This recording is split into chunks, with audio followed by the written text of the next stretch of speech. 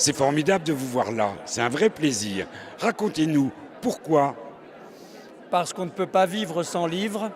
Et s'il y a un événement métropolitain parisien, si je puis dire, parce que Montreuil c'est Paris et Paris c'est Montreuil, c'est d'être ici où vous avez la plus belle des réponses à la société de consommation, souvent si vulgaire et destructrice.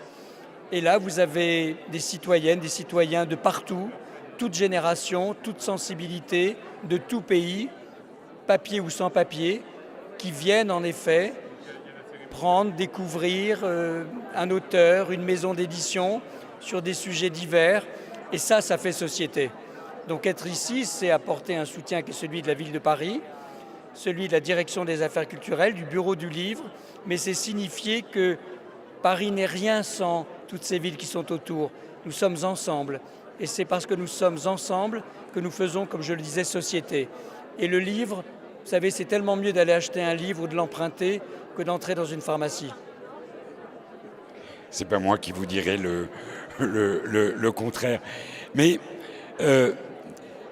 quand vous venez dans un salon comme ça, est-ce que vous, personnellement, vous avez quelque chose, un ordre du frisson en regardant un rapport texte-image, un livre particulier?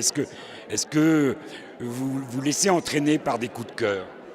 D'abord, je vais personnellement quasiment 2-3 fois par semaine dans une librairie, quelle qu'elle soit.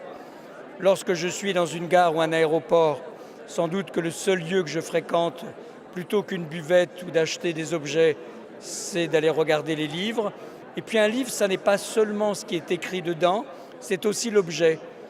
La beauté du papier, le graphisme choisi, le nom de l'auteur. Moi j'aime ça, voilà. Sans livre, je ne peux pas vivre.